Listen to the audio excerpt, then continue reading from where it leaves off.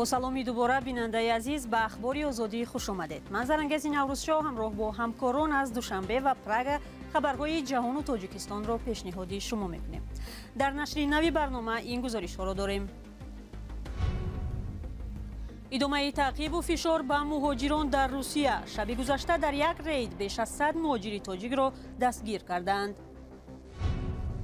نتیجه گیری از ملاقات سیان. چین برای کشورهای آسیای مرکزی دوستی جانی است، زبانی و یونانی. در همکاری با چین، تاجیکستان همیشه منفعت‌های ملی خود را در دستور کار قرار می‌دهد. و در نخستین سبقت پراپلانیریست‌ها یا چتربازان در تاجیکستان ده‌ها ورزشکار از 8 کشور جمع آمدند. حامیان حقوق از راه اندازی شدن یک معرکه وسیع ضد مهاجران تاجیک در روسیه نگرانی میکنند. در گذشته هم شکایت از بازداشت‌های بی‌دلیل و لطوکوب مهاجران از سوی پلیس بودند، اما حالت‌های اخیر نشان می‌دهند که این عمل مثل یک معرکه آغاز یافته، حتی سبب ضربالت دانشجویان در خوابگاه شده است.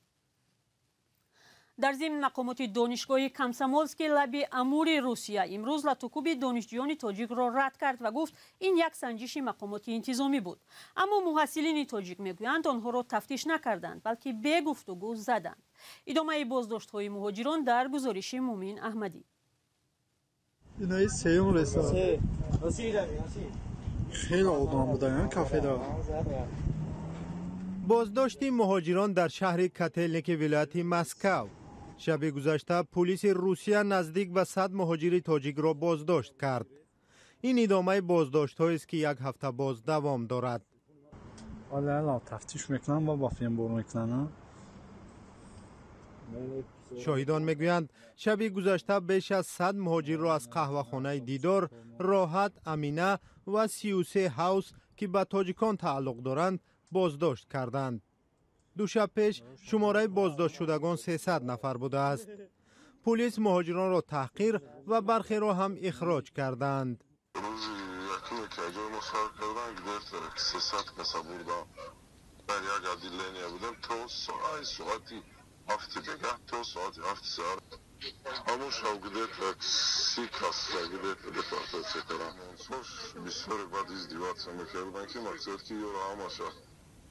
روی کردن در کل بران چطور بکنن در اوکراین مقصد سنگ ازدیوات بود. بازداشت و تحقیر مهاجران در کاتلنیکی پس از مراجعت گروهی از ساکنان به ولادیمیر پوتین پرزیدنت روسیه بود که دعوا داشتند محل زیستشان به انکلاو یا جزیره تاجیک تبدیل یافته است. در شبکه‌های اجتماعی ساکنان روستبار از این عمل مقامات پشتیبانی کردند. کارشناسان رفتار مقامات روس را با مهاجران هدفمندانه می‌دانند. Внутренняя проблема, которую можно катализировать и отвлечь внимание от проигрыша в войне против Украины. برای روسیه مشکل داخلی لازم است که توجه را از باخت‌هایش در جنگ ضد اوکراین به دیگر طرف کشد. حالا تمرکز به بازداشت و لطوکوب مهاجران تاجیک روانه شده است که شمارهشان زیاد است. متاسفانه رسانه‌های روسیه و به نام فعالان در جامعه ضد مهاجران تشویق و پشتیبانی می‌کنند و عمل ضد مهاجران را مردم بومی دستگیری می‌کنند. از طرف دیگر روس‌ها فشار می‌آورند و بازداشت‌های دستجمعی را برای سفربری به جنگ استفاده خواهند کرد. از احتمال دور نمی‌دانم که با چنین راه می‌خواهند صف ارتش روسیه غاصب را کامل کنند. Для пополнения уже состава российских оккупационных войск. حالا تقریبا قهوه‌خانه‌های تاجیکان در شهر کاتلنیکی به مشتری مانده است. مهاجران میگویند دیگر از ترس به بیرون نمی‌روند. در روسیه حدود 1 میلیون مهاجر تاجیک است که اکثرش در مسکو و ولایت‌های اطراف آن میباشند. بارها اذیت و آزار مهاجران رسانه‌ای شده بود، ولی حالا وضع به یک معرکه هماهنگ شده و سراسری مانند است. در برابر افزایش فشارها علیه مهاجران، محدودیت و تغییرات در کار و زندگی زاده‌های آسیای مرکزی در روسیه هم بیشتر شده است. به اطلاع حامیان حقوق، ترک روسیه کردن شهروندان تاجیکستان که همزمان شناسنامه روسی دارند محدود می شود.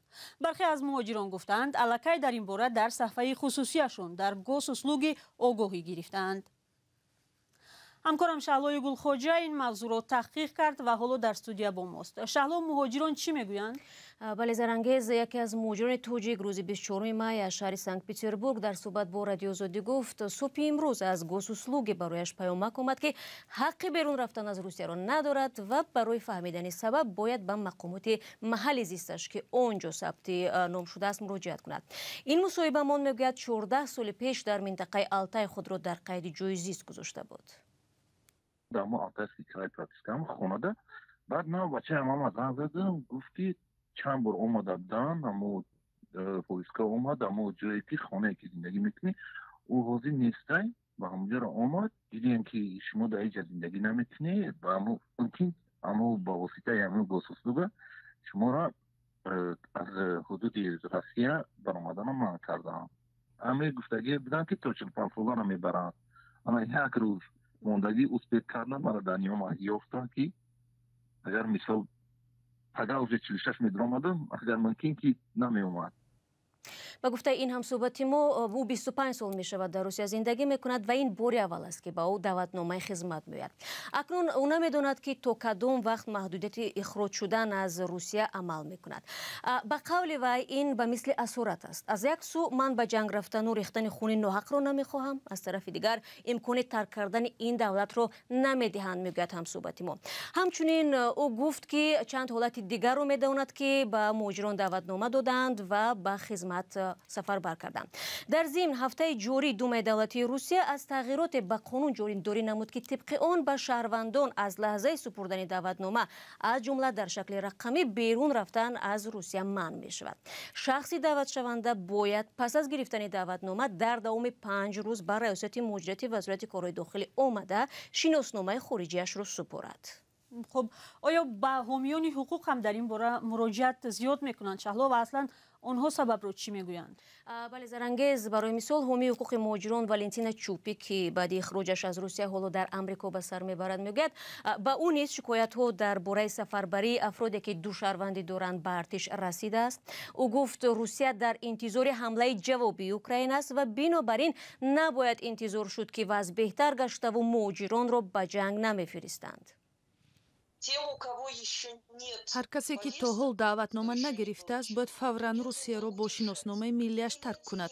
نباید به سن و سال، سه فرزندی، بیماری، نداشتن ثبت اقامت زیست و یا نبودن تجربه خدمت امید ببندد. ولی آنهایی که الکی دعوتنامه گرفتند باید بدانند که دیگر برایشان نه کار رسمی، نه نفقه پولی و نه زندگی شایسته در حدود روسیه نمی شود. والنتینا چوپیک افزود باوری دارد مقامات روس استفاده مهاجرانی را که شناسنامه روسی دارند در جنگ باعث برای قربانی زیاد خواهند کرد، اما آنه که سفربری به جنگ رسما همچون موبیلیزاسیون و یا اصطلاح دیگر نامیده خواهد شد وقت نشان می‌دهد. تشکر شهلا. بعد آغاز جنگ روسیه در اوکراین در ماه فوریه سال گذشته و سفربری نیروهای علاوگی به این جنگ 10,000 نفر از جوانان و مردان سنی خدمت از این کشور فرار کردند.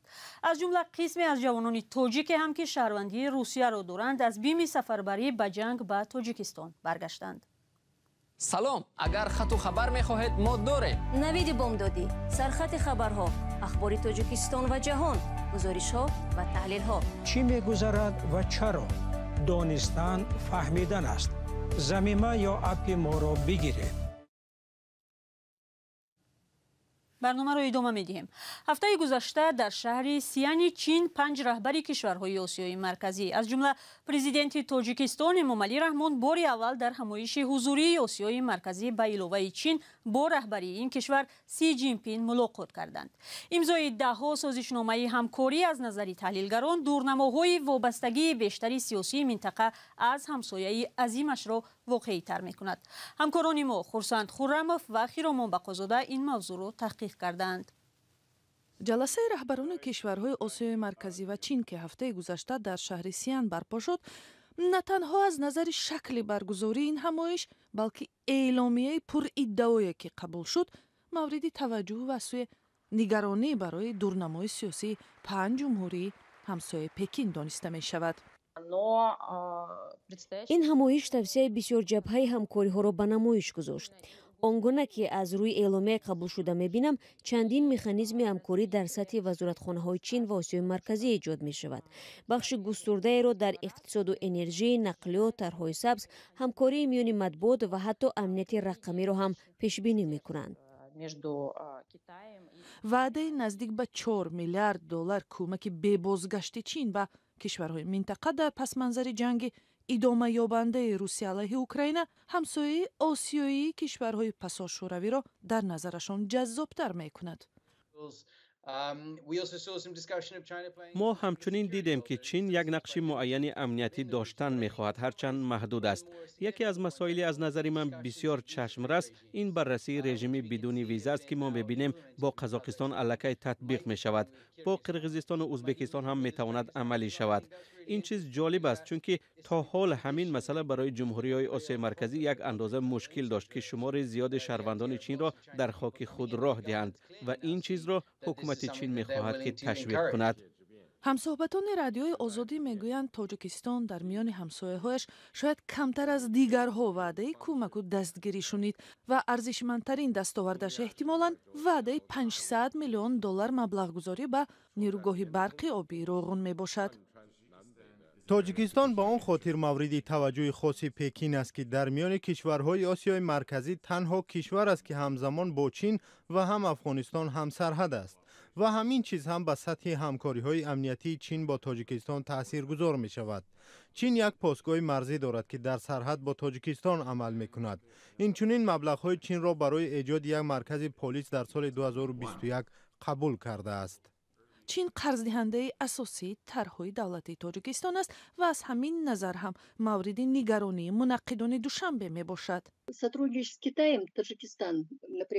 در همکاری با چین، تاجیکستان همیشه منفعت‌های ملی خود را در دستور کار قرار می‌دهد. در طرح‌های یک کمربند یک راه و هم در داد و گرفت‌های دو جانبه، تاجیکستان همیشه بر پایه استراتژی ملی کشور تا سال 2030 عمل می‌کند. در هر حال، منفعت‌های ملی و تامین امنیت ملی در اولویت این همکاری‌ها است.